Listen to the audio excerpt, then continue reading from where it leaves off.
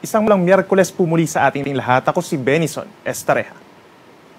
Patuloy po ang maulang panahon sa malaking bahagi ng bansa base na rin sa ating latest satellite animation dahil pa rin ito sa habagat or southwest monsoon na siyang nakakaapekto sa western sections ng Southern Luzon, Visayas hanggang dito sa Mindanao. Samantala sa kabilang banda, meron din tayong mga cloud clusters na nabubuo mula doon sa mga maliliit na mga circulations. Hindi naman po siya low pressure area, kaya asahan din yung mga pag-ulan over the eastern portions of Visayas and Mindanao. So ibig sabihin po simula ngayong hapon hanggang mamayang hating gabi mataas ang tsansa pa rin ng mga pag-ulan over Visayas, Mindanao, halos buong Mimaropa at lalawigan po ng Masbate.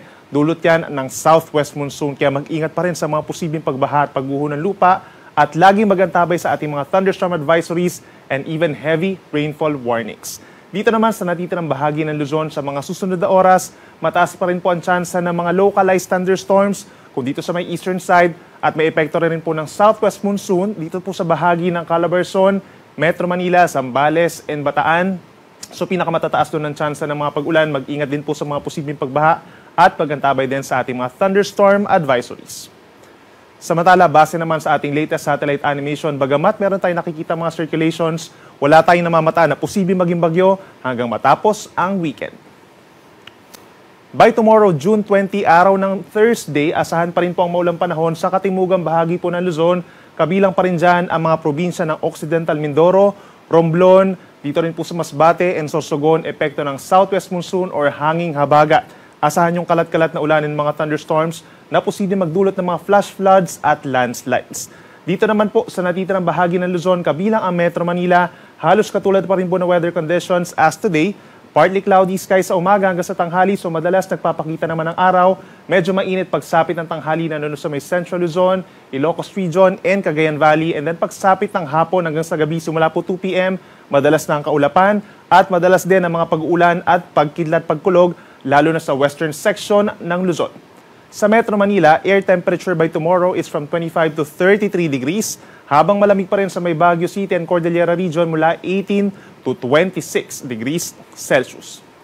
Sa ating mga kababayan po sa malaking bahagi ng Visayas, Palawan, and Mindanao, asahan pa rin po ang makulimlim na panahon kagaya po ngayong araw at makakaasa pa rin tayo ng mga kalat-kalat na ulan and thunderstorms lalo na po sa hapon hanggang sa gabi by tomorrow, especially sa Palawan, Western Visayas, and Zamboanga Peninsula. Epekto po yan ng southwest monsoon pa rin or habagat-get. Mag-ingat pa rin sa mga flash floods or landslides.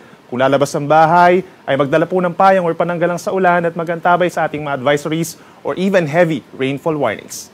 Temperature natin sa malaking bahagi ng Visayas, Palawan, and Mindanao, posible hanggang 31 degrees Celsius lamang. And for the next 3 days from Friday hanggang sa weekend, makakaranas pa rin tayo ng epekto ng southwest monsoon or habagat lalo na sa western sections ng Luzon, Visayas, and Mindanao. Kung dito sa Metro Manila, Central Luzon, and Calabarzon, asahan pa rin po ang bahagyang maulap hanggang maulap na kalangitan hanggang sa weekend. Mas madalas ang mga pagulan sa hapon, lalo na po sa Sabado. At dito rin po sa may parteng Northern Luzon, mataas din ang tsansa ng mga localized thunderstorms pagsapit naman po ng hapon hanggang gabi. From Friday hanggang Sunday po yan, lalo na sa may Ilocos Region. Habang dito sa may Kabikulan, madalas din ang mga pagulan. Friday and Saturday, bagamat nagpapakita pa rin ang haring araw, then mas bubuti ng panahon pagsapit po ng linggo. Sa ating mga kababayan po sa Visayas, from Friday to Sunday, nandyan pa rin po ang habagat, lalo na sa western sections. By tomorrow, mataas pa rin ang tsansa ng ulan sa western Visayas, mostly cloudy skies din sa may eastern and central portions, and over the weekend, nandyan pa rin ang habagat at maulang panahon over western Visayas, at bahagyang maulap hanggang maulap na kalangitan over the rest of Visayas na meron ding mataas na tsansa ng mga afternoon thunderstorms. At panghuli sa ating mga kababayan po sa Mindanao, andyan din po yung epekto ng habagat sa may Bangsamoro Region and Zamboanga Peninsula. Friday and Saturday, meron tayong mga light to moderate with at times heavy rains. Habang dito naman po sa natitirang bahagi ng Mindanao, Friday hanggang Sunday, bahagyang bubuti ang panahon. Partly cloudy to cloudy skies man, pero may tsansa rin ng mga pulupulong ulan or pagkidlat pagkulog. Sunset natin, 6:27 p.m. pa rin at ang sunrise bukas, 5:28 ng umaga. Yan muna latest mula dito sa Weather Forecasting ng Pag-asa. Ako muli si Benison Estareja na nagsasabing sana naman panahon, pag-asa magandang solusyon.